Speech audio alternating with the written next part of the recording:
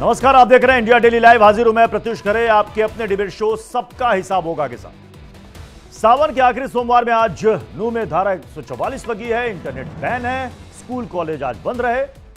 वजह थी प्रशासन की मनाही के बाद हिंदू संगठनों की ओर से शोभा यात्रा की जिद। हालांकि प्रशासन की सख्ती की वजह से यात्रा नहीं निकली। पूजा अर्चना के लिए संगठन से जुड़े कुछ लोगों को बस से नरहर शिव मंदिर ले जाया गया और कुल मिलाकर आज कोई अप्रिय घटना कहीं नहीं हुई। लेकिन एआईएमआईएम चीफ असदुद्दीन ओवैसी ने वीएचपी और बीजेपी सरकार को निशाने पर लिया। ओवैसी ने मोनू मोनेसर को बीजेपी का मोनू डार्लिंग बता दिया तो विश्व हिंदू परिषद को कट्टरपंथी परिषद कहा। ओवैसी ने कहा कि अगर नू में फिर से हिंसा हुई तो इसकी जिम्मेदार सिर्फ हरियाणा की भाजपा सरकार होगी। अब तो घर तोड़ने के लिए भी मुसलमान के घर नहीं बचे। तो वहीं बीजेपी ने कहा कि ओवैसी की आदत है हर मसले को सांप्रदायिक रंग देना। आज सबका हिसाब होगा में बड़ी बहस इसी मुद्दे पर। क्या है वो सवाल, जल्दी से वो सवाल भी आपको दिखाते हैं। सवाल आइए, शांत ब्रजमंडल तो ओवैसी खोजे खलल। बीजेपी यही कह रही है कि ओवैसी साहब की आदत ही है हर मसले में कहीं ना कहीं कम्युनल रंग देना। प्रशासन की मनाही के बावजूद क्यों हुई यात्रा की जिद? कि जब प्रशासन ने मना कर दिया था उसके बाद भी यात्रा की जिद हिंदू संगठनों की ओर से क्यों की? सवाल नंबर 3, हाथ में भगवा झंडा क्या 2024 का एजेंडा? विपक्ष ये कह रहा है कि दरअसल में बीजेपी हिंदू संगठनों के द्वारा भगवा के द्वारा सांप्रदायिक रंग देने की कोशिश कर रही है वोट पोलराइजेशन के लिए, हिंदू मुसलमान करना चाह रही है। बड़ी बहस आज इसी मुद्दे पर, लेकिन शुरुआत इस रिपोर्ट से।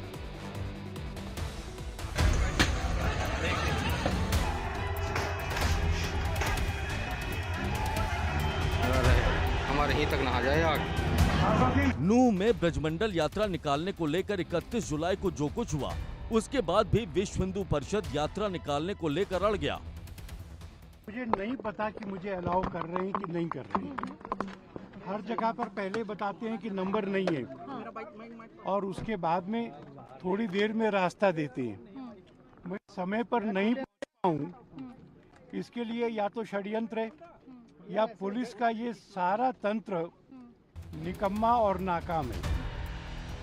वैसे तो दंगों की आशंका को देखते हुए प्रशासन ने सुरक्षा चाक चौबंद कर रखी थी, लेकिन सवाल है कि जब यात्रा की छूट नहीं दी गई तो फिर विश्व हिंदू परिषद ने यात्रा निकालने की जबरदस्ती क्यों की? घर को तोड़ना छोड़िए, क्या आपने बुलडोजर भिजाया उनके घर के पास? आपने नहीं भिजाया, आपने कुछ नहीं किया। जो लोग विजुअल्स आए जो अपने बंदूक से गोलियां चला रहे हैं उनको पकड़ा आपने? नहीं पकड़ा आपने। कितने आरोपियों का नाम आ रहा है? कितने जो लोग वीडियोस निकाले, वो पहली यात्रा के पहले जो वीडियोस निकाले थे, आपने कितनों को पकड़ा? वो तो आपके लिए मोना डार्लिंग बने हुए हैं पूरे। सवाल है कि दंगों की आग में झुलसी इंसानियत से बड़ा कौन है? क्या शिव के नाम पर अधर्म का धंधा करना शंकर को स्वीकार है? इस पर तय किया है कि जो अधूरी यात्रा थी उसको हम इस बार एक तरह से प्रतीकात्मक पूरा करेंगे, लेकिन ये कि इस तरह की जो चीज़ें न हो दोबारा, तो इसके लिए भी शासन प्रशासन को भी और उन अतिवादियों को भी सोचना पड़ेगा कि हिंदू समाज जो है वो अब चुप नहीं बैठने वाला।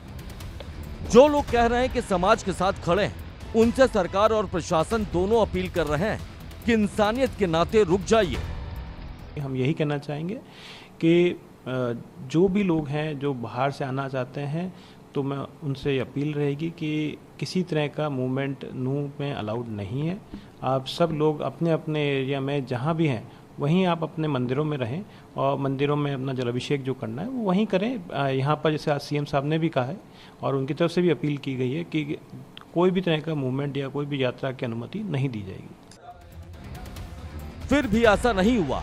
जो दूसरों को सिखाते हैं वो डंके की चोट पर प्रशासन को आड़े हाथों लेकर धर्म ध्वजा लहराते हैं। इसीलिए वो ऐसी पूछ रहे हैं, बीजेपी अपराधियों के आगे बेबस क्यों है?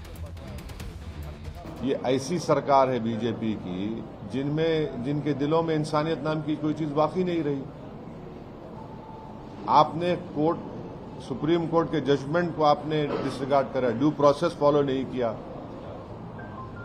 और आपने जाकर अचानक पूरे 450 घरों को तोड़ दिया, आपने बिल्डिंग्स को तोड़ दिया, मेडिकल शॉप्स को तोड़ दिया। ये आपका इंसाफ करने का तरीका है? ये जुल्म है आपका, ये बीजेपी का, हरियाणा की सरकार का। ऐसे में सवाल है कि शांत है ब्रजमंडल तो ओवैसी खोजे खलल। नूह के नाम पर भड़काऊ भाईजान काम पर सबका हिसाब होगा में आज इसी मुद्दे पर होगी बहस। Bureau report, India.